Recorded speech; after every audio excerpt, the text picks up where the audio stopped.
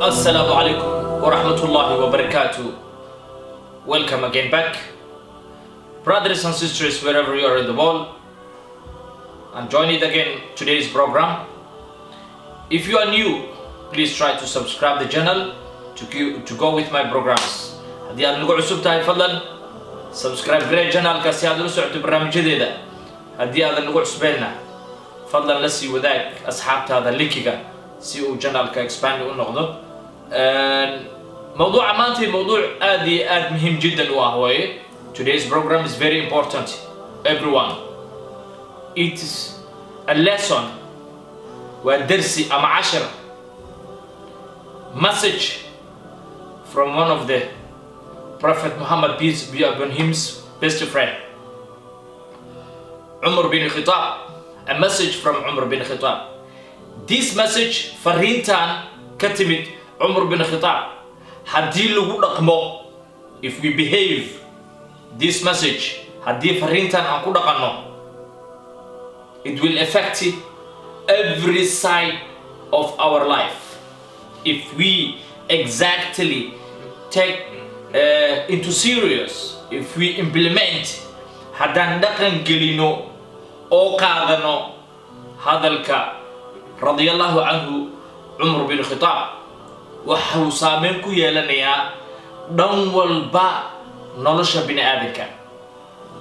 waa fariin ama hadal ama message uu noo dhaafay Umar bin Khattab, laakiin xambaarsan wax walba oo tacaamulka, the behavior of the human. It carries a very big message. This is a statement from Umar bin Khattab, one of the Sahaba of Prophet peace be upon him. So brother, haddii walaalkaygu ama walaashay muslimadda ahayd fariintan ay ku soo gaarto, gudbi oo u gudbi qof walba. waxay qusaysaa, it concerns every part of the population. qayb walba oo bulshada way qusaynaysaa. waxay qusaynaysaa dawladda, waxay qusaynaysaa mucaarad, waxay qusaynaysaa dhalinyaro, waxay qusaynaysaa oday, waxay qusaynaysaa waayeel, waxay qusaynaysaa cid walba.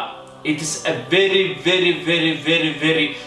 important message, and it will be effective.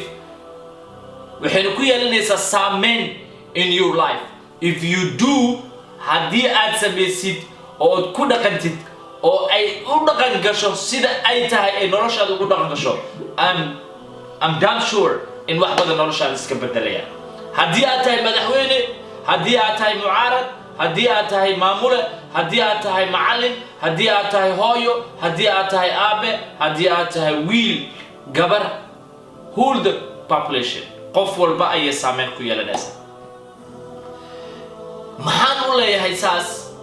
adduunyadu qofka bini'aadanka Allah subxaanahu wa tacaala adduunyada markuu yimid, Ilaahi subxaanahu wa tacaala wuxuu ku keenay hadafku uu ku keenay. dabcan waad ogtahay, God has created you for a reason and has brought you in the world for a reason. In this case, the message I'm going to share with you today, I have read in the morning that I want to share with you. When you go deep, when you go deep, this story from one of the Sahaba, Prophet Muhammad peace be upon him, if you go deep, you will understand. We need to understand deeply this message, and we need to implement it our lives. We need to implement, we need to make it an action in our daily lives. And if it happens, we will succeed.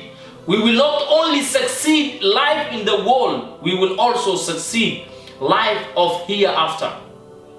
There is a life after this world, so you will succeed the both lives, life of hereafter and the life of the world. nolosha adduunyada iyo nolosha aakhiro labadaba waa ku guulaysanaysaa if you really implement. haddii aad dhaqan gelisid, yaana dhaqan geliniya ma aha oo kaliya culummada.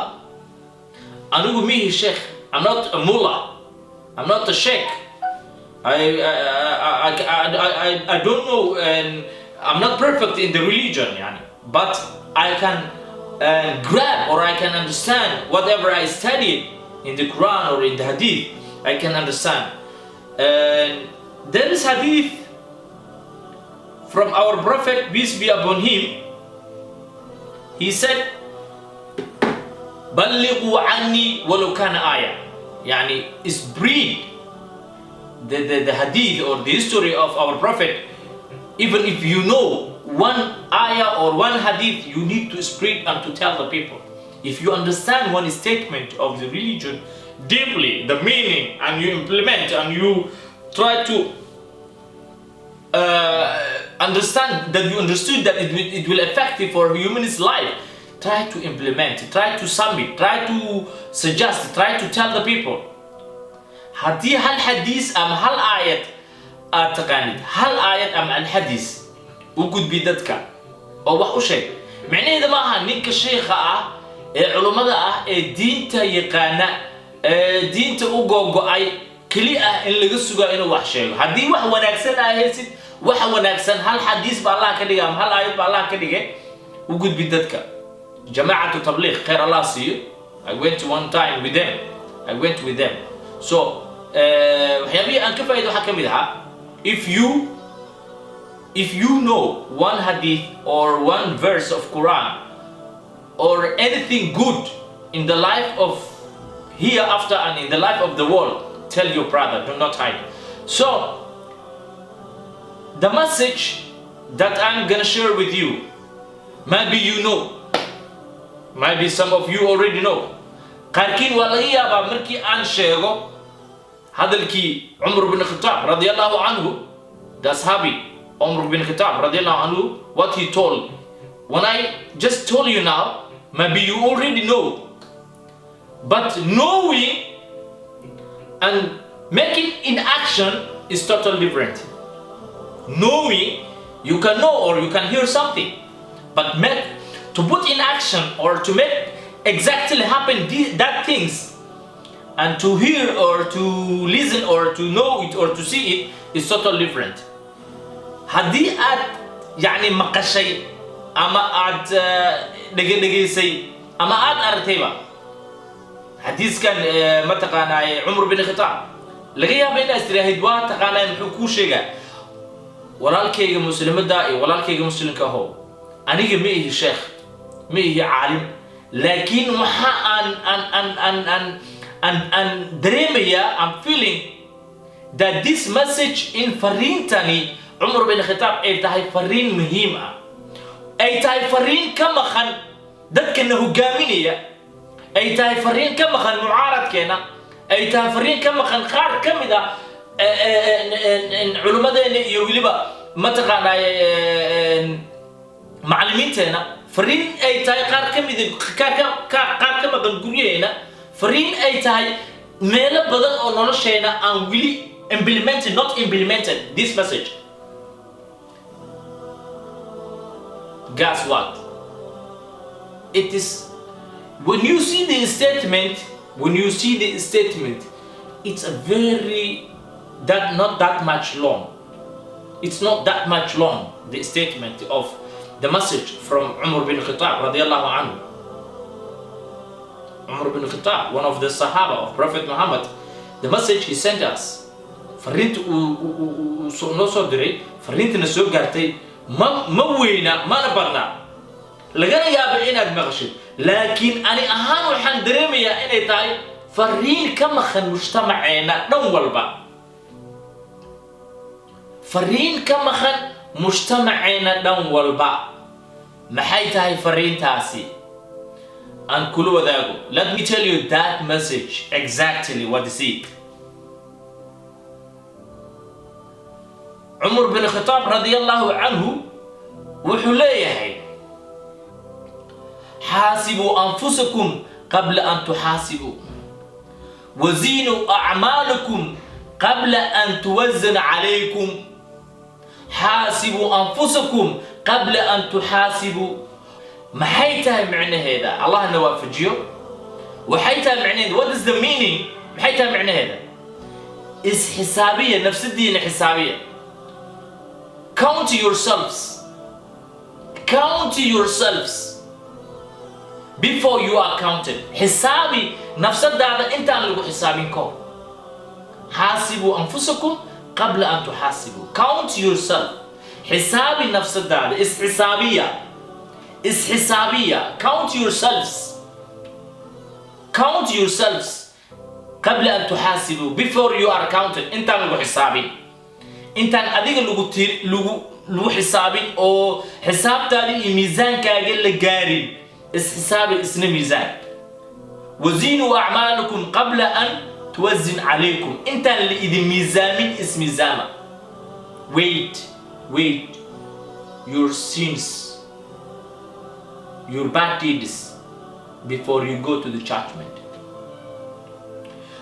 This message might be or waxaan oran karaa yani boqolkiiba 90 dadka Soomaaliyeed way yaqaanaan xaasibu anfusakum qabla an tuhaasibu laakiin ma dhacda is it effective ma dhacda in effective ka noqoto dalkeena ma dhacda in xukaanteena dadka anaga xukumaaya ee qaataan ma dhacda ay isxisaabiyaan markuu shaqadiisa nolol maalmeedkiisa galaayo markuu bulshada wax u qabanayo markuu dadka daweenayo markuu dadka wax baraayo inuu isxisaabiyo waxaani wax ma taqaanaaye uu sameeynaayo ila biri waa lagu xisaabtamaya wax walbo sameeysid biri waa lagu xisaabtamaya. Tomorrow when you go here after you will be counted everything you did in this world. So every action you're doing you need to count before you do it. What is this, what is this, and what is that, and what is for. هذلك أما حكمة حديثك عمر بن الخطاب رضي الله عنه وهذا المعنوين حبار سوا هذا المعنوين حبار سوا هذا اللي فهمه بقى الله نفاسي علماء التبليغ وحد يجري الله نفاسي غير الله سي حاسبوا أنفسكم قبل أن تحاسبوا ساكي مكا سوكعي anigoo YouTube ku jiro oo barnaamijyada ka dhigaysanayo yaa ii soo galay YouTube waxa igu soo dhacday inaan idila wadaago mowduucan oo ah mowduuc xaqiiqatan ka maqan bulshadeena maanta mowduuc ka maqan bulshadeena way maanta inaan is xisaabino in every stage you are in the community you need to count yourself. Count yourself. If you are president, if you are prime minister, if you are parliament, if you are doctor, if you are mom, if you are father, if you are sister, whatever in a stage you are, you need to count yourself.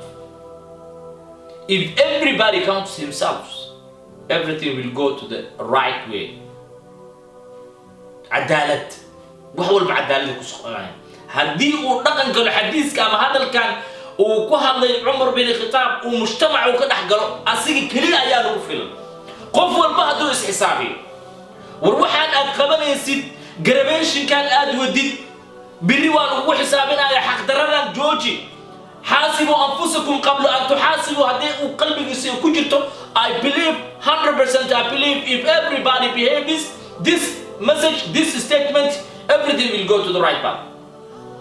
لكن نبكي جراوي حيتها واحد سمينها يا مجرم يقول ترى أنا قلفت الكيكة ما إذا ده I did perfectly بني آدنا ولا خلدمية لكن واحد سوتشي دني أما عند لو ذاك يا وحيتها يعني حديث ك عمر رضي الله عنه معنوين إنه كفريو وإذا لو ذاك قابك أنا عن قدر مساكن مركان دقة سنة قابك عن قدر مي شعورتي ذا يوم تقانا وحي ما تقانا feedback أنا أهان قلبي كسر دعي إن الإذل وذاك I need to share with you after I listen this message from Umar bin Khattab رضي الله عنه I need to share with you because you brother, you as a brother of mine, as a sister of mine, you need to know every step you're doing in your life. You need to count.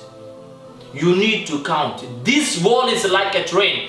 You know when we are in the train goes stops every station. Every station. You don't know which train you will be offloaded. Which train which station you will be offloaded, you don't know. qofka markuu train saaran yahay wuxuu la mid yahay qof train saaran qofka dunida joogo.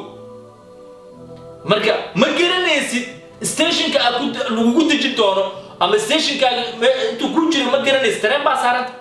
So trainka aad saaran tahay waa trainka adduunyada. stationka intaada la gaarin, you need to know what you're doing. You need to count yourself.